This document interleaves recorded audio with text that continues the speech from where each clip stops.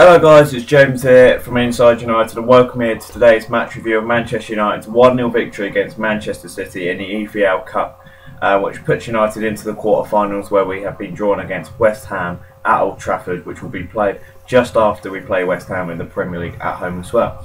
Now yesterday I did do a review late at night and I didn't really go into too much talk about this, and I've gone on Twitter today, I've gone on to all sort of newspapers, and I've just been so hacked off about what I've just seen. So for example, we'll go on to the Daily Mail newspaper, and now yes, City did play a weakened lineup. Okay, they did have players like Matthew, who I've never heard of before. They did have someone called Garcia playing. They did start Iheanacho over Aguero. There was no De Bruyne, there was no Aguero, there was no Sterling, there was no Silva, there was no Gundogan, and yes, they didn't have their strongest team. However, I go onto the Mail Sport, refreshed it straight away, gone onto the Mail.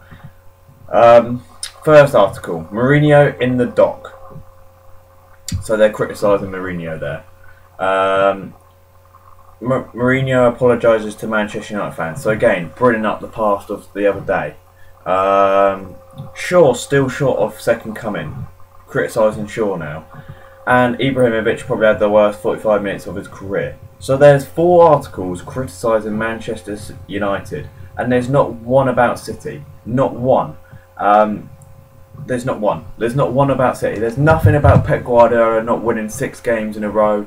There's nothing about City's poor performance. There's nothing about how Aguero and Sterling came on and did absolutely fuck all. There's absolutely nothing. And that's really hacked me off. There's also a lot about how West Ham and Chelsea fans, all the behaviour there, but nothing how City went in to the United toilets and absolutely ruined and damaged the toilets. And that just annoys me as well, because this was supposedly a game which Manchester City didn't want to win, but yet they're so annoyed that they've just been beaten 1-0 by Manchester United that they've gone into the toilets and wrecked it. And that just tells you everything. Manchester City, they just annoy me as well. And there's another thing as well, the Manchester Evening News. Now, the Manchester Evening News is a Manchester-based paper, which can't be biased to United and it can't be biased to City. But the title of the review last night is Manchester United 1, Manchester City reserves 0. And it's just like, no, it weren't City's reserves. Otamendi, how much did he cost? 30 million. Yeah, alright. Company is the club captain. Nolito, how much did he cost? About 30 million. Leroy Sané, 40 million. Apparently the hottest prospect in football. Iheanacho, apparently he's better than Rashford. They also had Jesus Navas. How much did he cost? 30 million or so. And it just annoys me how I see all these articles. They then bran on Sterling, the world's most expensive Englishman, and then they bran on Aguero, who's the best striker in the Premier League. Yet they didn't have a shot on target in the 25 minutes he had on the pitch, and it just tells you everything.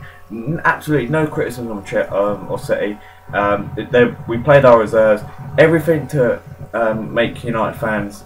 Make United not look as good and make City look better, and it's just everyone. It's a conspiracy against Manchester United. Mourinho has now been charged by the FA as well for comments made before the Liverpool game, and it's just like, just leave it out. Just get in the bin, and it just really frustrates me. The game obviously finished 1-0 to Manchester United thanks to one Mata's goal. It was Ibrahimovic who played it across the goal and Mata tapped it in just after Pogba had hit the post. Manchester United had about 15 minutes when we were all over City. It could have been 3-0 to United.